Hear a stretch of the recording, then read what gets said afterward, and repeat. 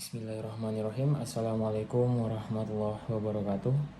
Alhamdulillahirabbil alamin. Wassalatu wassalamu ala asrofil anbiya'i wal mursalin wa ala alihi wa sahbihi rasulillahi ajmain. Baik, izin saya untuk memperkenalkan diri. Nama saya Emrido Marbun dengan nomor induk mahasiswa 12140314346. Mahasiswa semester 5 kelas B, Public Relation B.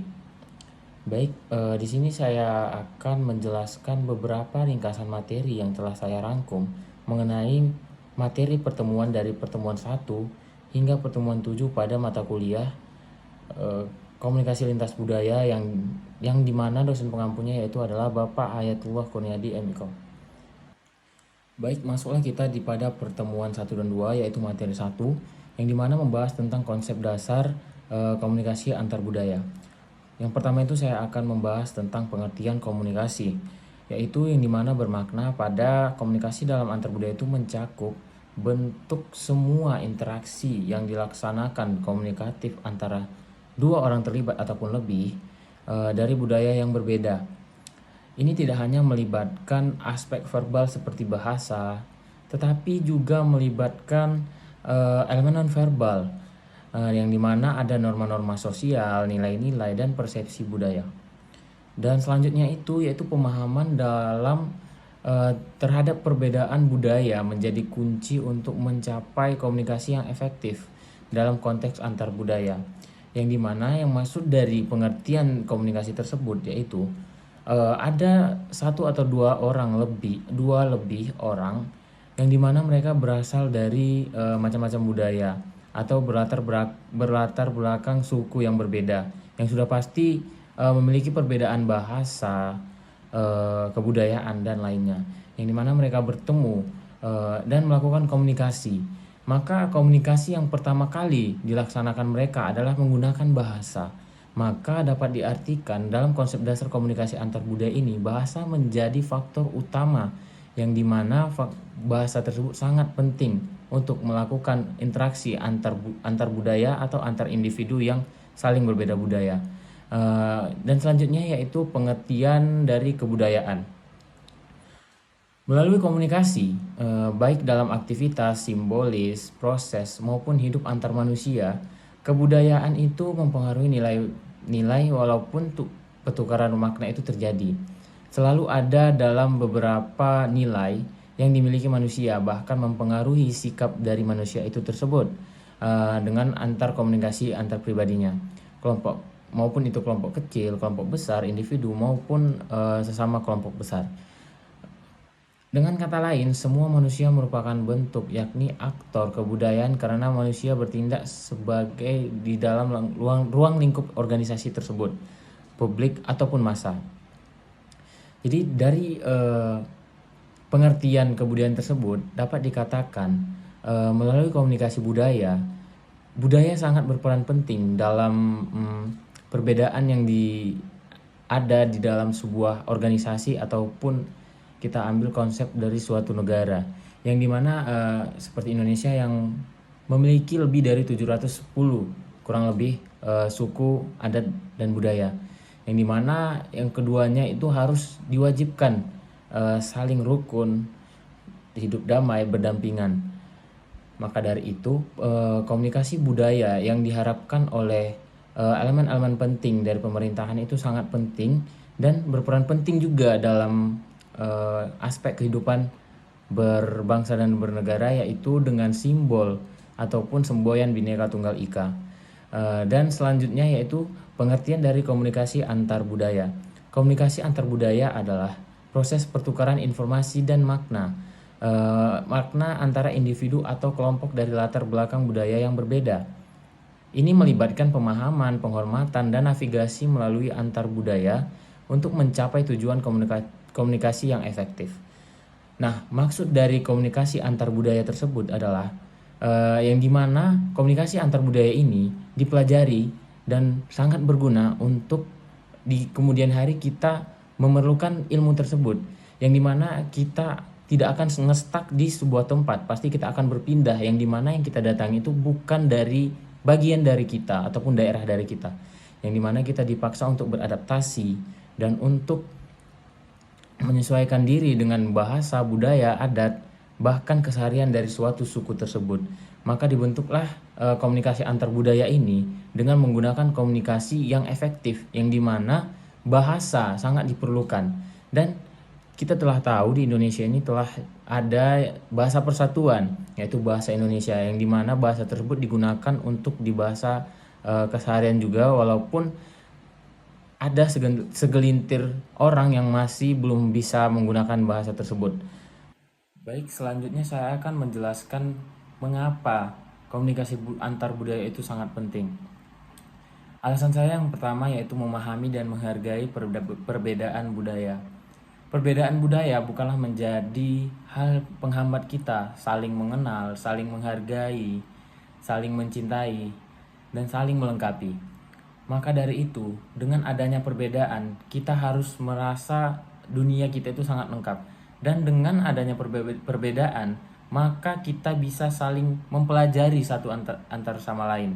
Dengan tahunya ada perbedaan tersebut, kita merasa kita itu adalah dengan budaya yang kaya dan dicap sebagai daerah ataupun tempat ataupun negara yang baik.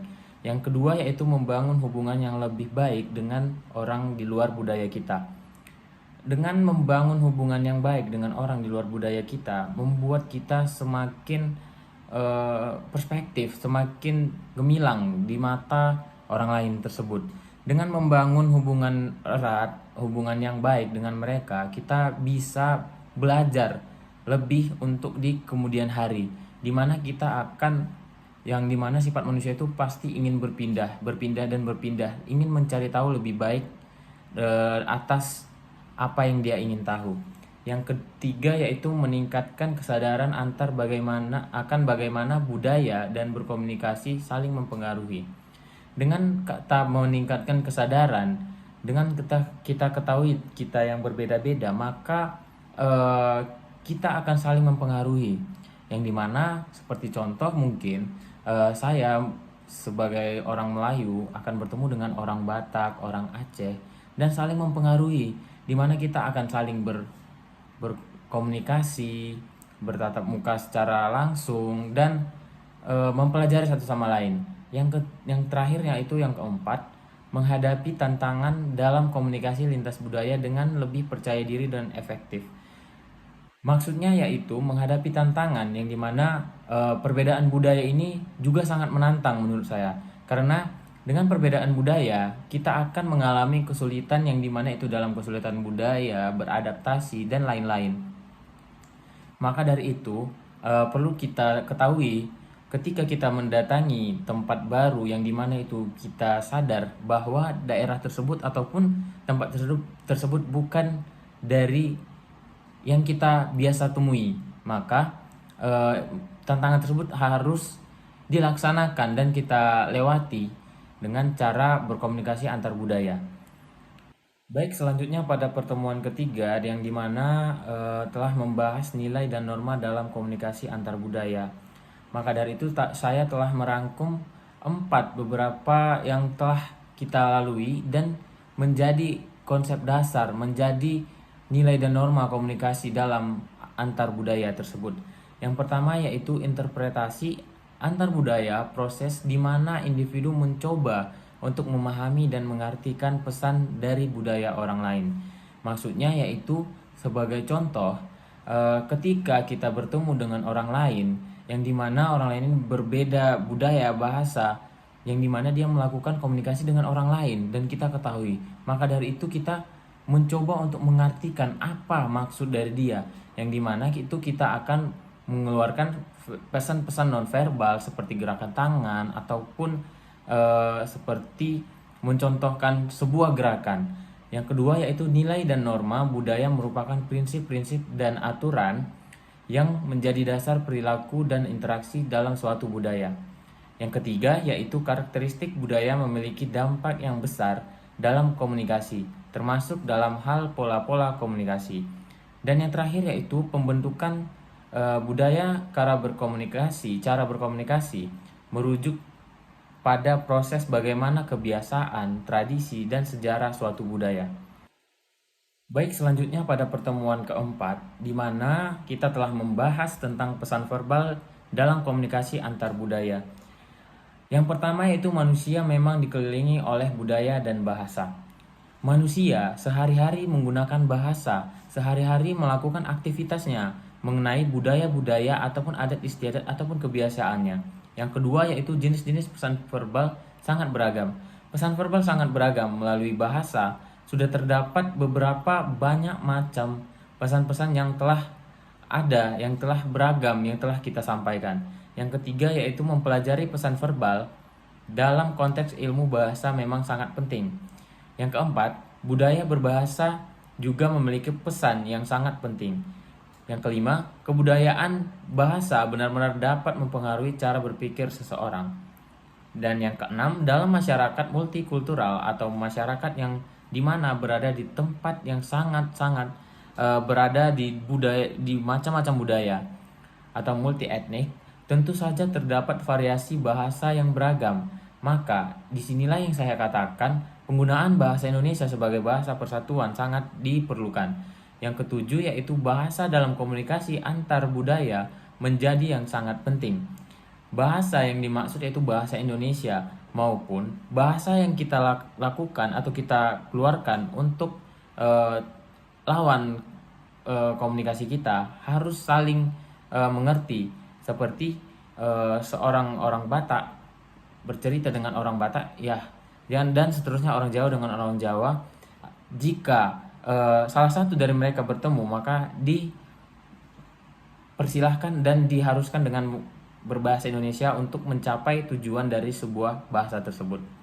Baik, pada pertemuan kelima ada yaitu pesan nonverbal dalam komunikasi antar budaya. Yang pertama yaitu definisi pesan nonverbal merujuk pada komunikasi yang tidak melibatkan kata-kata atau bahasa lisan. Nah, maksud dari sini yaitu pesan verbal seperti gerakan tangan ataupun mimik wajah, intonasi suara ataupun gerak-gerik kita. Ini merupakan pesan nonverbal maupun cara berpakaian kita juga termasuk pesan nonverbal. Yang kedua yaitu unsur meliputi tanda dan kode. Pesan nonverbal terdiri dari berbagai unsur termasuk tanda dan kode yang diterima dan diinvestasikan oleh individu. Kode-kode yang telah berlaku pada pesan nonverbal telah ada pada saat zaman-zaman di mana Indonesia belum memiliki bahasa Indonesia, yang dimana masih memiliki sifat yang kedaerahan. Maka pada saat itu bisa dikatakan manusia bercengkrama atau berkomunikasi dengan menggunakan pesan nonverbal ataupun yang dikatakan tadi yaitu kode ataupun tanda-tanda. Yang ketiga yaitu ciri-ciri pesan nonverbal yang memiliki beberapa ciri khusus. Ciri-ciri khususnya itu yaitu dari intonasi suara, dari gerak-geri ataupun dari mimik wajah. Yang keempat yaitu jenis-jenis pesan nonverbal. Terdapat beberapa jenis, yaitu termasuk tetapi tidak terbatas. Dia termasuk yang beragam, tetapi dia memiliki karakteristik yang berbeda-beda, tetapi juga tidak terbatas. Yang kelima yaitu fungsi pesan nonverbal itu yaitu untuk melengkapi pesan-pesan yang kita lakukan secara verbal. Contoh yang bisa saya berikan yaitu ketika saya marah, mengeluarkan kata-kata yang keras ataupun mohon maaf seperti yang kasar, maka pesan nonverbal yang saya tunjukkan yaitu mimik wajah yang marah ataupun yang memerah. Mungkin seperti itu. Baik, pada pertemuan keenam di mana kita membahas bahasa dan budaya pentingnya dalam persekutuan. Yang pertama menurut saya itu peranan sosial budaya dari bahasa sangatlah penting dalam membentuk identitas suatu masyarakat. Dari suatu bahasa bisa dikatakan identitas suatu masyarakat ataupun kelompok itu dapat ditebak. Seperti contoh, seseorang yang menggunakan bahasa Jawa, maka di mana tempat dia tinggal, di mana rumahnya, pasti keluarganya itu berasal dari suku Jawa ataupun daerah tersebut berasal dari suku-suku Jawa. Yang kedua yaitu hubungan antara bahasa dan budaya sangat erat dan saling mempengaruhi. Bahasa dan budaya sangat mempengaruhi karena dengan adanya budaya maka adalah bahasa. Setiap budaya memiliki bahasa yang berbeda-beda. Yang ketiga yaitu bahasa juga merupakan cerminan dari nilai budaya. Maksud dari bahasa juga merupakan cerminan nilai budaya, yaitu dari bahasa kita, kita bisa dinilai sejauh mana budaya kita itu dikenal orang. Seperti contoh, seorang pria yang bersuku Batak, jika dia mengeluarkan bahasa ataupun berkata kepada orang lain, maka cerminan budayanya itu sudah tertangkap oleh orang-orang sekitarnya yang dia berasal dari suku Batak yang identik dengan keras, tegas, dan lain-lain. Yang keempat yaitu bahasa juga sangat penting dalam interaksi komunikasi antar budaya. Baik, materi terakhir yaitu pertemuan yang ketujuh di mana kita membahas tentang identitas budaya dan komunikasi antar budaya. Yaitu yang pertama itu pengertian identitas budaya. Identitas budaya adalah konsep yang mencakup nilai-nilai, keyakinan, adat istiadat, dan bahasa. Pemahaman identitas budaya, keseharian identitas budaya ini yaitu merujuk pada individu atau kelompok melihat diri mereka sendiri dengan konteks budaya sehari-harinya. Perspektif terhadap identitas budaya ini mencakup cara individu tersebut atau kelompok melihat dan memahami keterikatan mereka satu antar sama lain. Pembentukan identitas budaya ini juga terbentuk melalui interaksi kompleks antar individu, kelompok, dan lingkungan budaya. Jenis-jenis identitas budaya juga memiliki banyak jenis, termasuk identitas etnis, identitas nasional, identitas agama, dan identitas gender. Nah, yang terakhir itu yaitu identitas budaya, sosial budaya dalam mencakup komunikasi antar budaya. Identitas sosial budaya ini memainkan peran penting dalam komunikasi antar budaya. Dapat diartikan sebuah identitas kita akan memainkan peran penting dalam kehidupan sehari-hari kita, yang dimana keseharian kita itu kita lakukan berdasarkan adat dan budaya kita. Baik, hanya itu saja yang dapat saya sampaikan mengenai pembahasan materi dari materi pertama sampai yang ketujuh pada mata kuliah komunikasi lintas budaya.